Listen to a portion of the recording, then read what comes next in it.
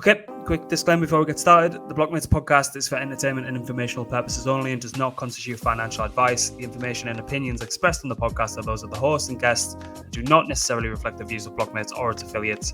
Listeners are encouraged to do their own research and consult with a financial advisor before making any investment decisions. Blockmates and its affiliates are not liable for any losses or damages incurred as a result of the reliance on the information or opinions expressed on this podcast.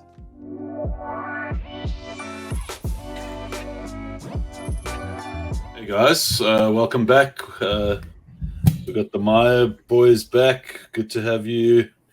Welcome back, guys. It's been a while since we chatted, and you've been very busy. In fact, you've been way too busy. Welcome back. Nice to have you. Thank you very much. Pleasure to be here. Yes, we're stoked to be back here. One of the hardest working teams we know. These guys. I don't know how you guys find time to do absolutely anything. So appreciate you jumping on to speak to us plebs. It's a must. We have time. We manage it really well. Yeah, it's our pleasure as well. Yeah, exactly. Can I just ask for our own sake? This might be not the most enjoyable for the audience, but how the hell do you guys manage your time? Are you really strict with it? Do you have like internal process to do that? Because we're completely all over the shop 90% of the time, so always looking at ways that we can streamline effectively. Yeah, we try to keep both weekly and daily objectives kind of not too tight logically, because it's always a dynamic situation. But definitely being closely aligned as a team also helps a lot. Being in close contact. I'm sure you are in a similar circumstance. Yeah, see, that's one of the things we've just been speaking about on a previous call to start. It's nice to, you get a feeling when you speak to a team, particularly when they're all together, that there's not kind of any egos getting in the way. Sometimes you kind of speak to founders and you can see someone wants to kind of steal the limelight from other people and always has to butt in and have their kind of opinion. But when you speak to the likes of you guys, it's just like, yeah, they're all like, I made the analogy the other day of DAOs, like as a 1,000 horses attached to the same cart, all pulling in opposite directions, so nothing ever gets done. But for you guys, the amount of stuff that you ship and the amount of stuff that you're building, you're obviously very well aligned and can always pull in the right direction. So it's quite refreshing to see, to be honest. Yeah, thank you very much. Actually, having a computer engineering background, it does help, because you do learn a lot of stuff. That's the work ethics and plan, and just planning, not being all over the place. And I guess if this is what needs to be done, like all the rest doesn't matter. For this time period, for example. So definitely, was an advantage to that. Awesome. Yeah, definitely. So helps in project managing and prioritizing the tasks. Yeah, exactly. So what I find really interesting about the methodology that you guys have taken on is that it's like Grant was saying, is that a lot of DAOs don't really get much done because they are being pulled in different directions. And I think the way that you guys have successfully navigated that problem is that you check in on a weekly basis. So for anyone who's listening and wonders around, the whole idea of a DAO and how does it work, and if you go and look at what the Maia DAO guys are doing in their Discord, that's kind of like the center of operations. They have weekly AMAs, they have weekly report-ins. Every aspect of the way that this thing is run is being discussed by the community.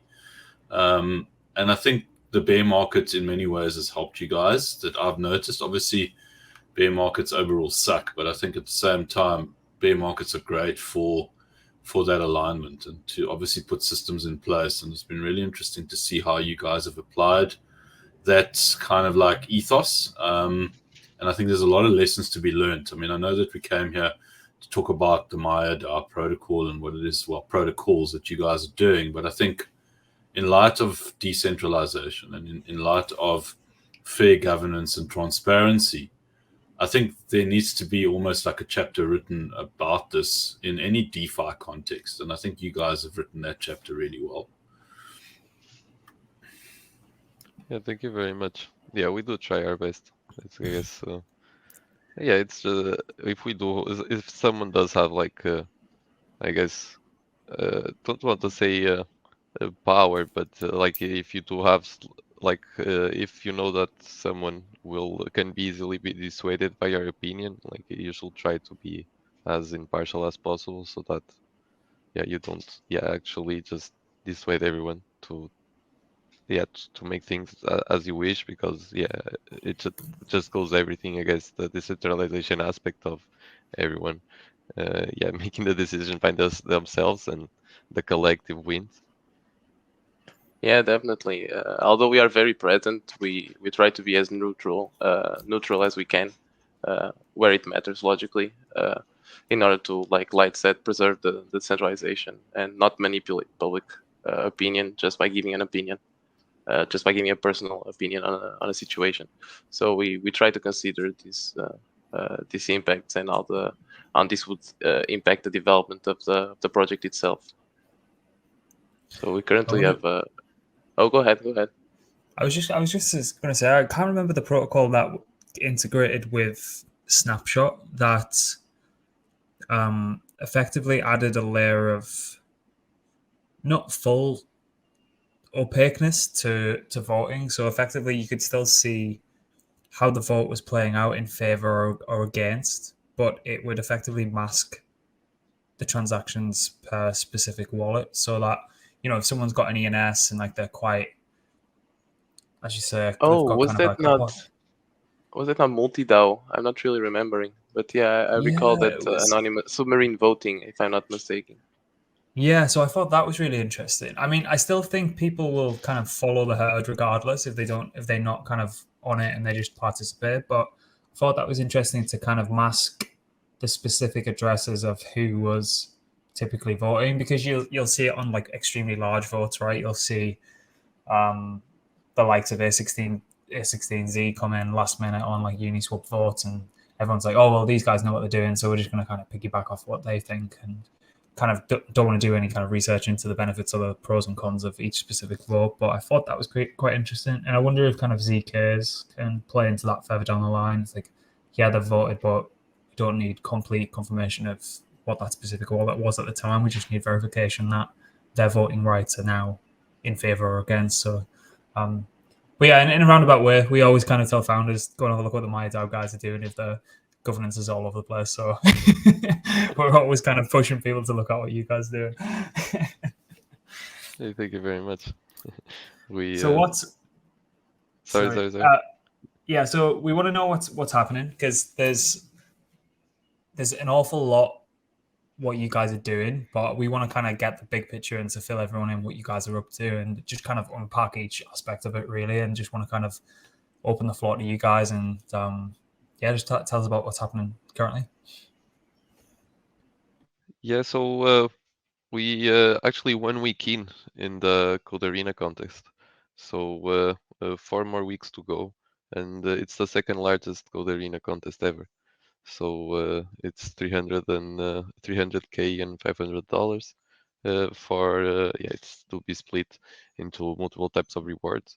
But it's we have all our code base public, all the Solidity code public, and really excited about that. We've been getting messages from the wardens. We also made some videos going over the docs and the code and the repo.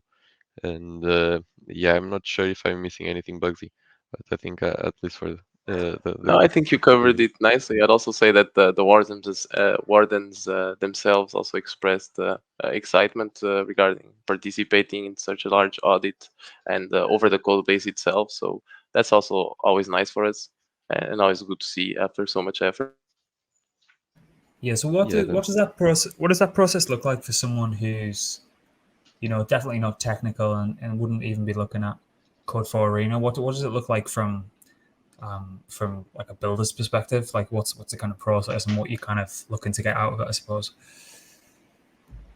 Yeah, right now we're kind of like, our goal is to like explain our code base the best way possible, so that people can find the most like issues possible in our code base, And yeah, what we want to do is address them all in the best way we can. So if there is anything at all, there were even really small things that, like typos, for example, it's 11,000 lines of code. So there's definitely one or two typos like in the comments. So yeah, just improve it so that anyone that goes there in the future, especially when it's live, when it's on chain and it's verified, it's just easier to anyone verify what it's doing, and obviously make sure that it's working correctly with no issues.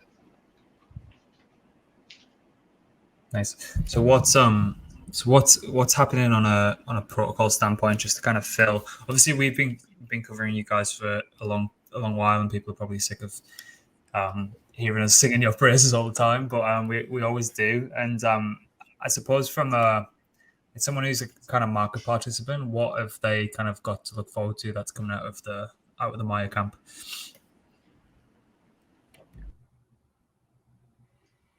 Yeah. I So don't think I. Oh, go ahead. no, go ahead, Bugsy. I was just going to ask what was the last word in your question, but you clearly understood, right? So. Yeah, so just saying, I guess we're shipping some nice stuff. I didn't fully understand if it was just like DeFi in general or people that are inside our ecosystem, but I think both will benefit. We're bringing a lot of interesting stuff to the table. So like people only needing to rent one liquidity pool and have them available on every chain, having concentrate renting liquidity in Uni V3. I think there's a lot of stuff that yeah, it's really looking forward to. It's gonna yeah, we actually made a quick brainstorming and Hey Badger, but yeah, it was actually with Badger, and we already done this math like almost a year ago, but essentially protocols will be able to like save 10x on bribes. So, like if you have 1 month bribes, it will almost be like one of the worst case scenarios is just having a 10x increase in efficiency of renting liquidity. So like if you have a runway of 1 month, you're gonna have a runway of 10. If it's in years, I think that's really awesome. Imagine like really going to a protocol, so you're wasting this for like for a year. You can just like save it up and have it just waste that in 5 or 10, and you're gonna even bring more liquidity than you actually bring right now. So it's gonna definitely be really nice for a lot of protocols. Yeah, I couldn't agree more.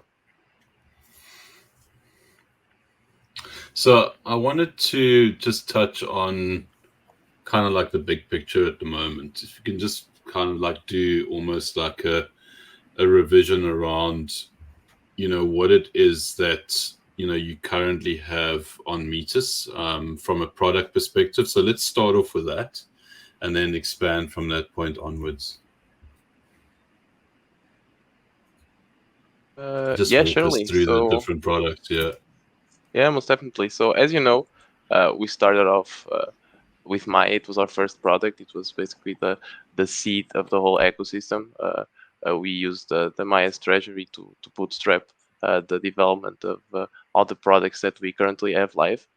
And short after that, as you also know very well, you too, we launched Hermes, Hermes itself, the AMM.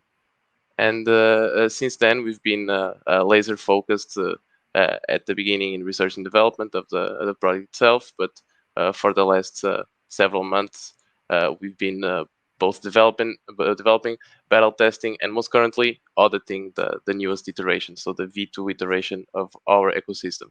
And this is exactly where we're standing. So we're in the final stages of audit. We already have a wide range of documentation expanding every week regarding our both our contracts, but also educational content in general, digestible by the general public.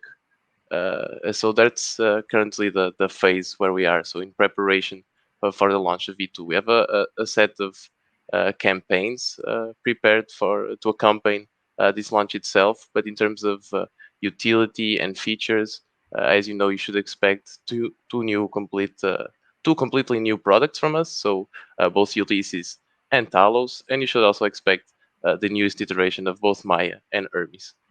we could also get a bit inside each one and maybe see how each one would interact and expand and be composable in the future with other solutions. Yeah, absolutely. I'm really eager to get some information straight from the source on Talos, because it's when we were kind of doing the research and I was doing the editing before the article went out, I was like, shit, this could be like a real game changer. And as you're saying, for capital efficiency, for protocol and liquidity, and just people looking to bootstrap their own liquidity.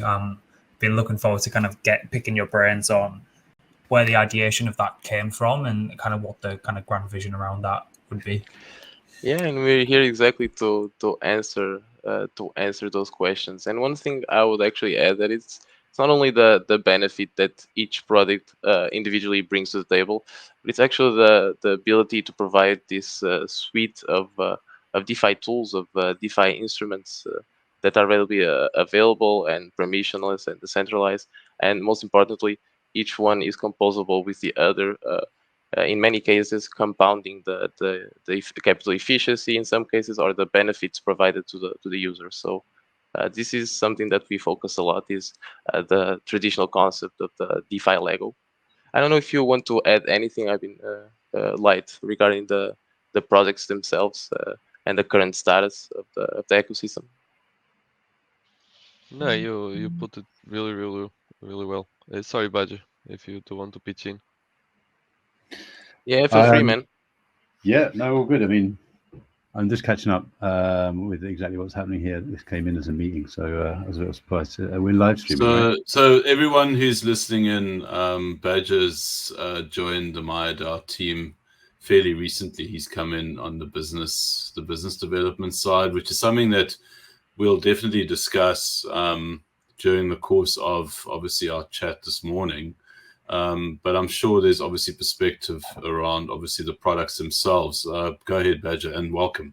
Sorry to throw you in the deep end, brother. Yeah, no, straight in. I was like, oh, nice, get to hang out with the Blockmates crew, and I got here and it's like, no, you're live streaming to the public. It's like, okay, let's do that. Yeah, so I was like active in the community for a few months before actually joining the team, and yeah, just I think like most of the Blockmates teams, similar things, like through getting involved and researching the protocol, just got increasingly impressed with what had been built, and a lot of problems that I'd been looking for solutions to for a long time. We've potentially got some really good answers to those problems. So yeah, just got more and more involved, and now part of the team and trying to help push things forward.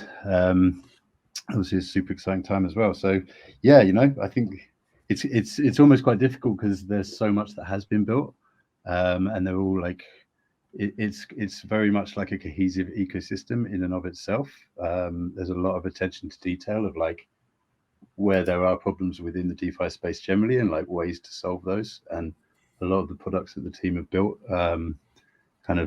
it's like a very cohesive system to address a lot of problems within the space, but they're kind of working in a lot of different areas that are all interlinked, but are also kind of separate parts. So yeah, I'm really excited about the omni-chain stuff. I'm really excited about the capital efficiency solutions for DAOs within the space, and also for the users, simplifying Uni V3 liquidity provisioning and adding rewards to people so they can stake that and obviously offset some of the impermanent loss that people can face. Yeah, I think it's all very powerful stuff and should help to move the space forward for all participants, really. But we can get into detail as we go. Awesome. I'd love to kind of pick your brains on obviously Uni V3. So take back step. Uni V2, just 50-50 deposits on your liquidity. Obviously, you're getting from zero all the way into infinity. Not the most capital efficient. Everyone got completely destroyed. Protocols that were trying to bootstrap and encourage rent liquidity through liquidity mining campaigns. We all seen what happened there. It kind of attracts mercenary capital, gets farmed to death, and then gets kind of realized to kind of recuperate their profits. And then obviously with Uni V3 comes again just as people feel as if they've figured out how to deploy liquidity on Uni V2. Uni V3 comes around and everyone's like, oh shit, now I have to learn this new thing. And I still don't think people have 1000% wrapped their head around it just yet. And I think it's more active on-chain market makers and maybe some kind of idle liquidity that have added positions across a really, really wide range. So I'd love to kind of unpick the next iteration, which you guys are building on top of that, and building kind of the additional incentive layer that you might liken to how Curve has their gauges and the additional convex layer and stuff like that on top of it, and why that's super necessary for a Uni V3 style clan, if you will.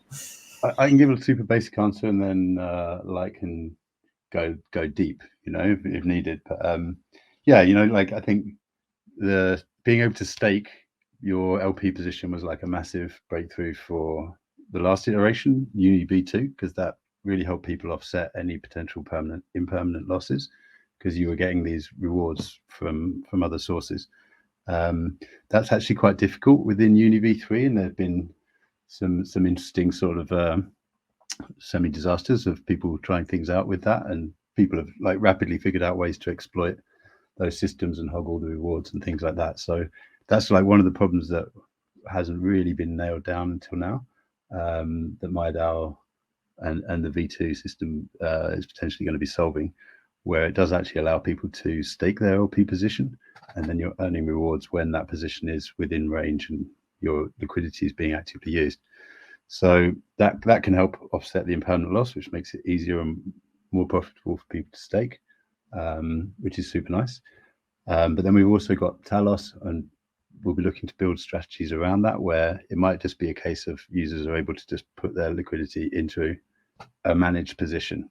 So there's a lot of, the position will be rearranging, moving around as price moves, but your liquidity is sort of breathing with that, to enable it to minimize the impermanent loss risks and maximize the amount of time you're exposed to active trading, which then maximizes the amount of fees that you earn from the trading, which, in Uni V3 can be a lot more than the fees that you used to earn in V2. It wasn't really a factor in V2. The fees you earned, you needed those incentives from the protocol to make LPing worthwhile, because the fees weren't particularly significant. But if you're in Uni V3, if your position is within range for a decent period of time, it can really add up very quickly because the liquidity is much more concentrated. So yeah, do you want to expand a bit more on that, Mr. Light? Or Bugsy? Bugsy's going. Definitely. I couldn't agree more. So basically our approach into integrating concentrated liquidity into our ecosystem was basically two-stepped. So we not only integrated Uniswap V3 pools as the first gauge types for incentive system, so for Hermes itself, but we also went one step further and provided a way for users to manage liquidity in a more in a easier and still decentralized and permissionless fashion via Talos. And Light, I don't know if you want to add. Maybe we should start with the incentive system itself, and then also delve a bit in how Talos interacts with it. Yeah, definitely. So there's actually I guess an issue with either adding liquidity or renting liquidity. There's a general issue with renting liquidity with Uni V3 is either the people that create the incentives need to change the range, or the people that are adding liquidity need to change the range, because it doesn't make sense. Like the people that add liquidity need to follow the price, and they can just add liquidity to a non-active tick. It's essentially a lot of protocols or have semi decentralized solutions like airdropping like last week's users, or they just incentivize a fixed range. So it's like it's not it has a lot of overhead to actually manage these incentives. So just setting up like to follow the market price and having essentially a minimum range to avoid the gaming of rewards. It's for protocols that the experience just goes over the roof. You don't need to essentially worry. You never need to worry if your incentive goes out of range because it always follows the active tick. And for users, it's always it's also better because they know exactly what to expect. They know that they need to add liquidity and an active traded range. It's what's best for everyone, and it is what makes sense.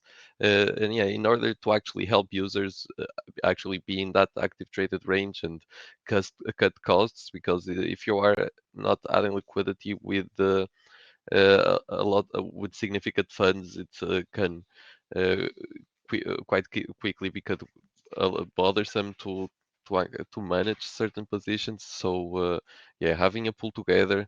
Also in our system, since we have the V curve boost or the V curve style boost in Uni V3, it also is more beneficial sometimes to pull together with users that have large boosts already. So it's essentially a way to we tried or we solved the issue of the being held to manage the incentive and requiring or a lot of time or a lot of overhead. So and because of the need to add liquidity in active traded ranges, users also need help to actually pull together and cut down costs of doing so.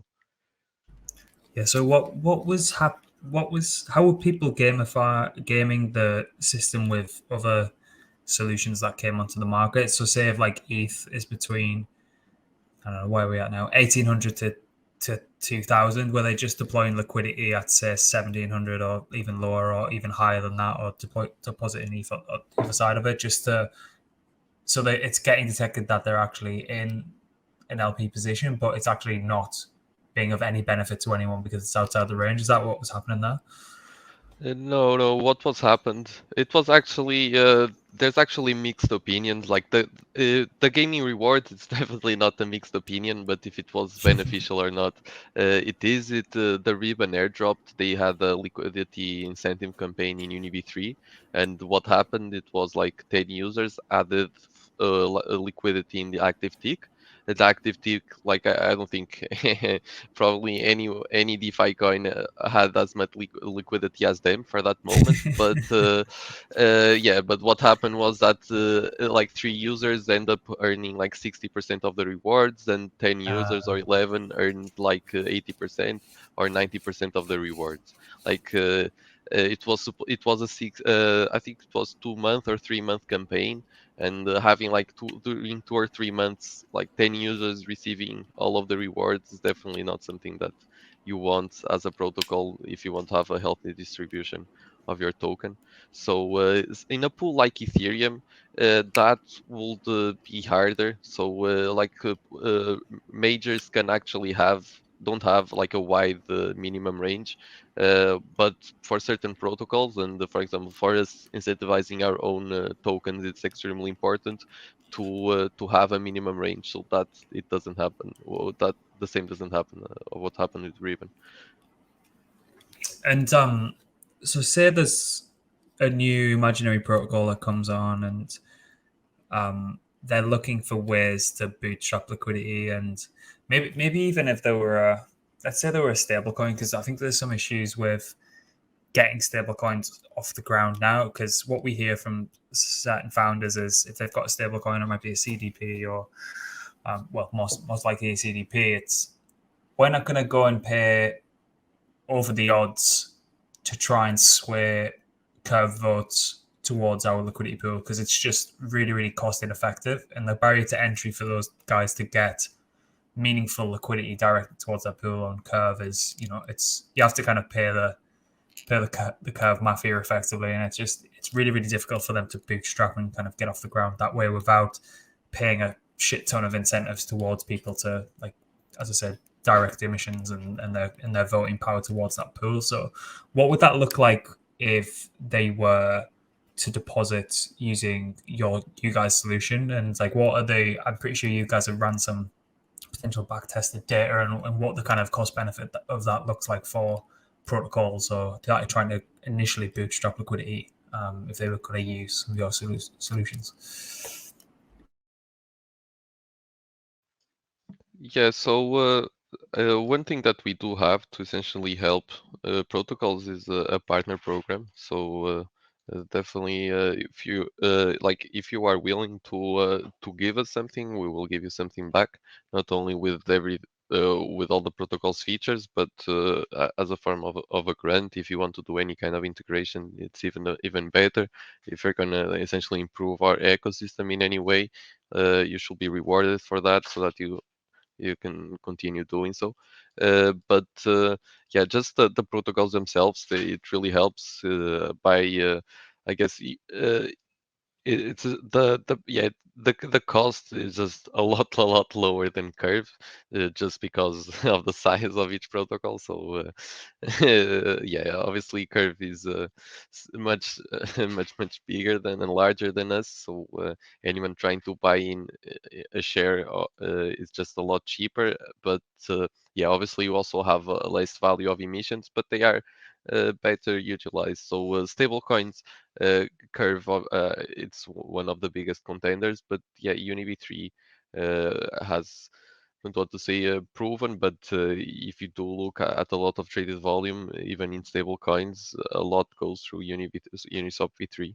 So the new, not necessarily new right now, but the pool with 1 BP. Essentially, it's extremely efficient.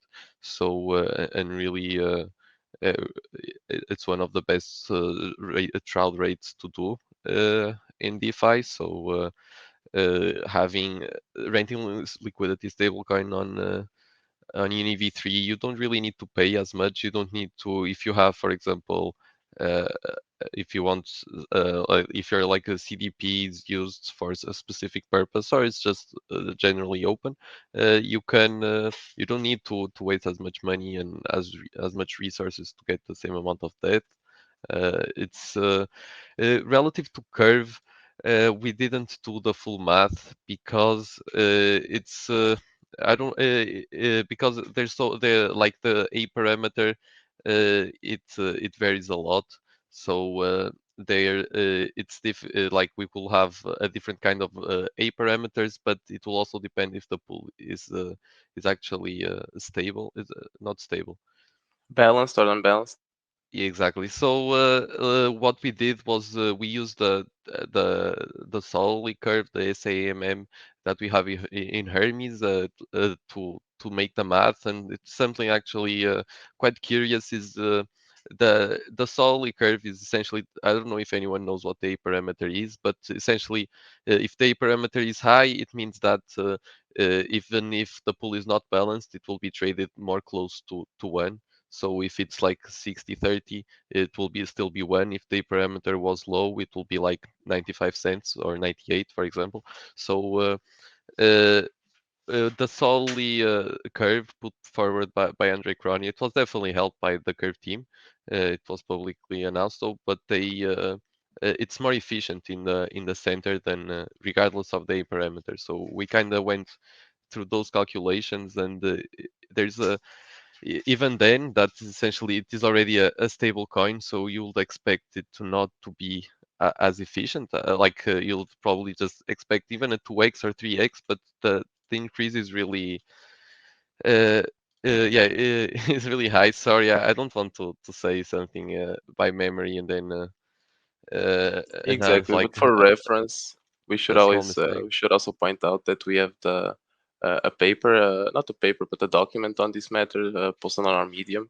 The title is "Bribes Efficiency in a Concentrated Liquidity Environment." So that would obviously support and help illustrate some of the points we were making on this last topic. Since you have there a set of calculations and all these scenarios that we are describing right now. Yes, so I got the values here. So if if you're actually incentivizing like the smallest width, it's not necessarily the smallest. So if you're having like a 1 BB full and the minimum range is 2 ticks, you will have a 27x increase over like the current stable swap that we have. I think that's huge. So yeah, yeah, you'll yeah, Just a that's little bit. That was very modest, like. yeah. So yeah, I think like in terms of cost efficiency and like the amount that you can save as a DAO by renting liquidity with us is really off the roof, I would say. Yeah, so to answer the point the question you were making, these different factors, both the efficiency itself and the flexibility in renting liquidity, as well as the fact that we're a growing protocol, makes it even more appealing for projects looking for a home base for their liquidity to look into Hermes and investigate our liquidity renting solutions. And what does it look like for, I don't know, like a passive retail investor that's wanting to deploy into that specific pool? Like, where are the complexities abstracted away, and kind of what are they seeing, and what's technically kind of happening on the back end for them there? Yeah, actually, stable pools, it's definitely the simplest one, since you can actually just have a fixed range pool, like rebalancing. You don't really need to worry about that if you just want to be extremely safe, and you can, but you can also opt into that. But yeah, essentially, you can just pull together into essentially an ERC20 position that yeah, people are quite familiar into.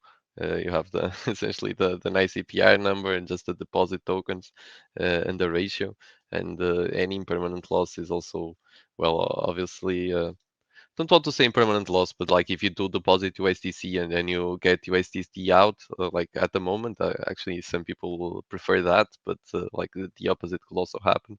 So yeah, there's always some stuff that it generally happens in stable pools, but it's not as yeah, Uni V3, it's also it's the 27x increase is also in that. Yeah, what's the argument for, if Uni V3 can create high enough base fees, is there an argument against additional bootstrapping with?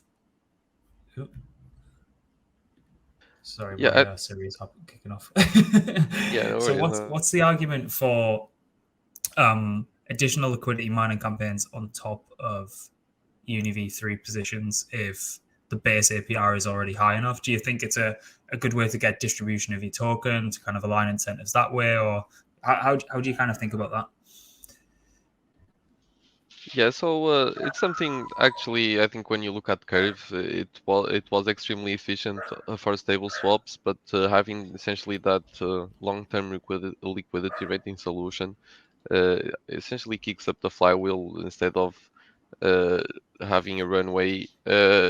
Protocols can accumulate and essentially join add to the flywheel and essentially have a long-term liquidity renting solution instead of just having their own liquidity renting incentives. And because of the fees, yeah, what you mentioned, yeah, I should have started with the fees. I'm sorry. So yeah, the fees are relatively high, but they are either not enough in some cases or not as palpable as another token's reward APR. So I would say that yeah, protocols that are essentially looking to bootstrap liquidity, they like will have the problem of they needed to get more fees to get more liquidity, and this just speeds up the process a lot. So I don't think I don't do you have anything to add, Bugsy or Badger? But yeah, I think it'll say it's I guess the long-term solution and also the bootstrapping effect that essentially it speeds up and doesn't Yeah, I like couldn't if you're yeah, sorry. No, sorry to cut you off, but I was just going to say that I couldn't agree more, and I would like to stress the fourth point that you put forth, that basically it allows projects to embed their liquidity renting costs many times in their business logic, so reaching a more sustainable and long-term approach to managing and ensuring useful liquidity for their protocol necessities. Awesome. Can we flip to what's happening in the Maya world with Omnichain? And I don't know if you want to give us a high level of where you guys have been and what the kind of near future is going to look like with regards to like an Omnichain landscape. Yeah, so Maya and Ulysses are effectively two separate pieces, but a quick and easy way to visualize Ulysses is as a completely modular system for basically omni-chain liquidity and execution. So what does this mean? It allows us to have several parts on different chains, and these parts will logically receive and act as repositories for said liquidity from each chain. And then we virtualize all this liquidity on a unified environment. This allows for a lot of benefits, mostly in composability, but also in terms of trade execution, by not having basically all the liquidity mirrored on every branch chain, having effectively every asset from a different chain be seen effectively as a different asset. So a quick way to see this as well is thinking of USDC from different chains. Each one would be deposited in a different port, and in the virtualized environment would be seen as a different token. So this allows us to have a synchronous and continuous environment for trade execution, also protecting a bit LPs, basically in terms of exposure to dupes, price exposure and price divergence. So this is actually a shortcoming of some other omni-chain liquidity solutions that are currently in the market, and this is our take on it currently. So we have this virtualized and omni-chain virtualized liquidity and omni-chain execution environment here. And this is actually deployed, not currently, but this will actually be live on Arbitrum. So we'll have instant composability with all the native and rich applications that ecosystem of applications that exists currently on Arbitrum. So that's definitely a plus as well when compared to other architectures. Let's imagine we had chosen to deploy this execution environment on our own application chain. This was obviously lead to somewhat of an uphill battle since liquidity is already readily available on Arbitrum and is effectively cheaper than it would be incentivizing liquidity to migrate over to a completely new chain. So this also basically lowers the barrier of adoption and lowers a bit the cost of liquidity for ourselves as a platform. I don't want to get overextended because I can talk forever on this topic. But anything you'd like to for me to enlighten a bit more? Anything that skipped? I think maybe the only thing here is that you need to maybe come and work with us at Blockmates. You explained that really well. I even understood what was going on there. I could actually picture it all in motion. Well done, guys. I mean, it sounds like a really incredible approach in terms of taking this, across all chains. And it's cool to see that, obviously Arbitrum's top of mind. The activity's all there. I know that life hasn't been easy for you guys on Metis from a liquidity perspective. I mean, it's been very challenging, but you guys obviously managed to navigate that fine, which brings me on to, the next aspect of this discussion that is particularly for me from a business development perspective, because that's what I like and I enjoy doing the most. From Badger's understanding, or rather from Badger's strategy, now that you guys are obviously setting your eyes on Arbitrum. Just to clarify, in terms of Arbitrum, what products are going to be based or moving to Arbitrum from Metis? What's staying on Metis? What's the plan there? Yeah, so very much everything is moving. We're still supporting Metis as a chain, obviously, so like that will be part of our omni-chain system. And another one of Maia DAO's products, which is called Maia, which is a Uni V3 fork, essentially, which lives on Metis. That's going to be staying there. We're actually, we might have some news about that. I don't want to spill any alpha, so I'll let the guys decide what we're able to talk about. The point of inviting you to this whole thing was to get alpha. So if you don't spill alpha, then we can invite you back. Yeah, we spilled it in our community AMA last night. So yeah, maybe we can drop a few crumbs.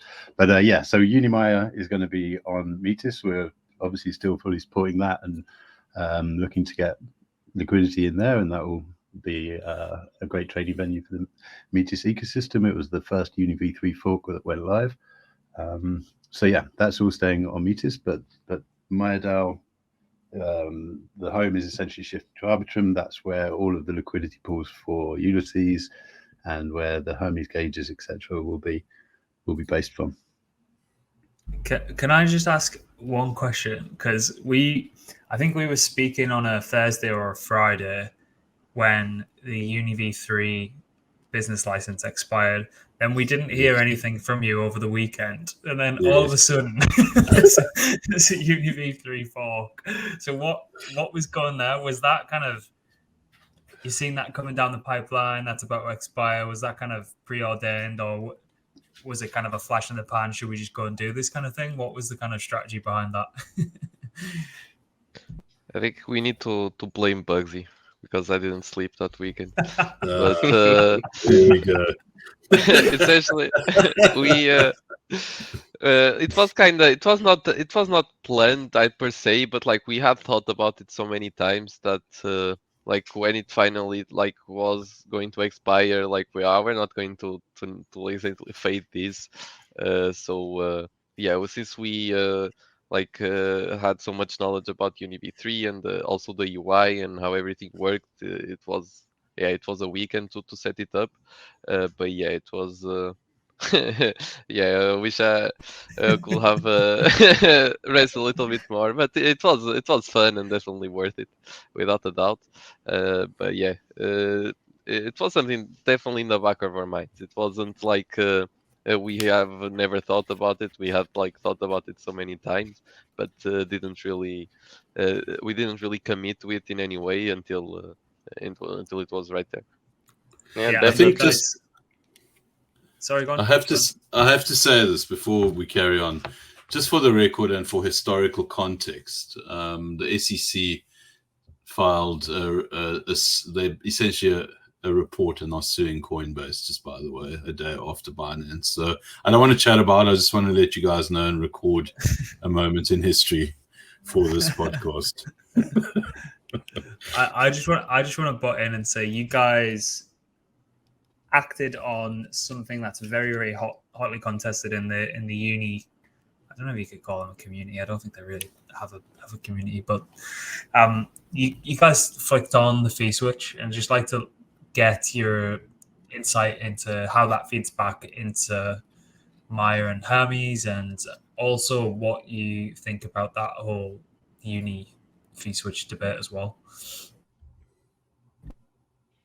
I think because of where they're based and literally have like a company there. If we were in the same, if we had a company in the United States, I would probably be a lot more cautious too. So yeah, I completely understand their perspective. So I think yeah, the rest of the world exists too, and we shouldn't just blindly follow their rules. But yeah, because we should all kind of respect and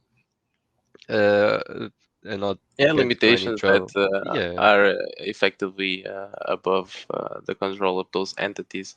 I kind of agree that it's effectively a tough decision, but there's not really a lot that they can do on those regards. Just we're coming to the top of the hour, and I wanted to keep it at an hour. I think that's a good time frame. And before we close it off, I wanted to just speak to the business development side. Yes, I know I'm hijacking the business development side of things today, but I think it's just important in light of what it is that you guys have built, and to provide context around what you've built and it's essentially a network that facilitates, you know, founders and builders to come in and kind of integrate into this whole thing. Could you guys explain to us how that looks, you know, like in a real case study? Like, how does someone come and, you know, essentially apply for a grant? Because you did mention that there was that facility available. How does that whole picture work from step one all the way to, you know, launching on what it is that you guys have built? Sure. Yeah. Well, I guess that's why I've been brought onto the team, is just so we can be a bit more proactive about going out and making those partnerships and guiding people through. In terms of like adding a gauge to the system that is governance controlled, partnership program as well. So the Maia token that controls governance was completely fair launch and fair distribution. There was no team allocations, no pre-seed, no venture capital allocations, nothing. It's literally the purest token distribution that there can be. And obviously everything is controlled by governance. So yeah, in terms of like adding people to the partner program, that's a governance decision. In terms of adding a new cage to the Hermes system, that's a governance decision controlled by Hermes. So yeah, obviously there are stages to that, quite standard governance things where there's like a discussion period and then a voting period and then it goes on chain. So yeah, my role essentially is going out and just knocking on the door and telling people what we've done, and then trying to find mutually beneficial partnerships where we can offer value to other protocols and they can build on top of what we have. And we're taking that approach to more sort of targeting and marketing towards other DAOs and protocols to then have organic growth out to actual DeFi users through their communities, if that makes sense. Who's the dream kind of collaboration partnership there? And basically, so me and Jerry can annoy founders when we're on calls with them all day as well to try and get them onboarded. I think there's a lot, hey, you know, like there's so many ways that this can be used by other protocols. We've been looking at some like options people, because Uni V3 positions essentially are synthetic options, and you can use Uni V3 to express different opinions about price action, all of which can be used to hedge options, because it's just the inverse of the way you can use options to express those opinions. So yeah, you know, I think there's some potentially interesting products or some interesting synergies with those type of protocols. We've been targeting some of those guys. LSDs is a really, really obvious one as well, because obviously we can give really good execution with stable swaps, and then by having a gauge on top and bribes, you can incentivize liquidity and earn extra yield for your LSDs. So that's quite a natural use case as well. You know, I think for all of DeFi, it's super interesting. We're interested, obviously, in protocols that have got large communities, just to spread the word and to increase volumes and activity within the system. So yeah, it's really quite a broad range of different protocols that will make really good partners. From my side, Light and Bugsy. That is quite interesting, because there's going to be, I know there's an awful lot of liquid staking derivative products coming onto the market now, but one, it's how do they effectively bootstrap, because they're going to need depth of liquidity, and usually that they'll come alongside a governance token as well, because of the sheer magnitude of what those products could be. So looking for kind of cost-effective ways for them to bootstrap liquidity, and they're definitely coming to L2s as well through wrappers and things like that. So that makes an awful lot of sense. Well, the great thing about what we've built is, you know, it's like, one, it's concentrated liquidity, so you don't even necessarily need that much depth of liquidity to maintain really, really solid execution. And then two, with all the omni-chain stuff, you know, their liquidity can, you can still, can you explain this bit? where you can have like vaults on Ethereum, Yeah. but it's trading with the liquidity on Arbitrum. Yeah. Yeah, so one of the huge benefits is like, yeah, if you do have you don't like LSTs really benefit from this, because usually like if you have staked ETH, it's from Ethereum. So if you want it to be traded, you can only rent liquidity in one pool, and then anyone can tap into it from the Ethereum, L2s, other L chains. So instead of having to decide, so now I want to move to optimism, start trading liquidity there, and then now I want to move to another chain and start trading liquidity there, you only need to rent liquidity one chain. That's Arbitrum. It's already extremely liquid, has a lot of users, so you can essentially move to the, I don't want to say the best or second best chain, but you go to Arbitrum, and then everything else is open to you. So yeah, it's definitely a plus, and really nice. Yeah, liquid staking protocols really love this when we like run down everything we have.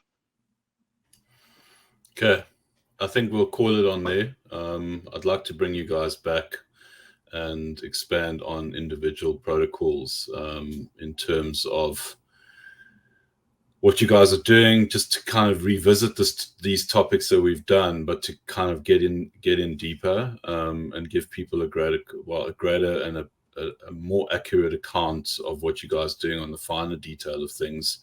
I would imagine that would probably happen post Arbitrum launch. So very much looking forward to that. I've always said this since we saw you guys arrive on Metis, one of the most undervalued protocols out there in every regard. And I'm not talking about price. I'm talking about skill set, perspective, understanding, governance, the whole enchilada. You guys really do have, like the ability to look at yourselves in the mirror and kind of question what you're doing wrong and what you're doing right, and then just getting better at it. So please keep doing that. We'll keep letting people know what you're doing, because it is worthy. And yeah, thanks for joining us. Grant, I don't know if you want to close it off.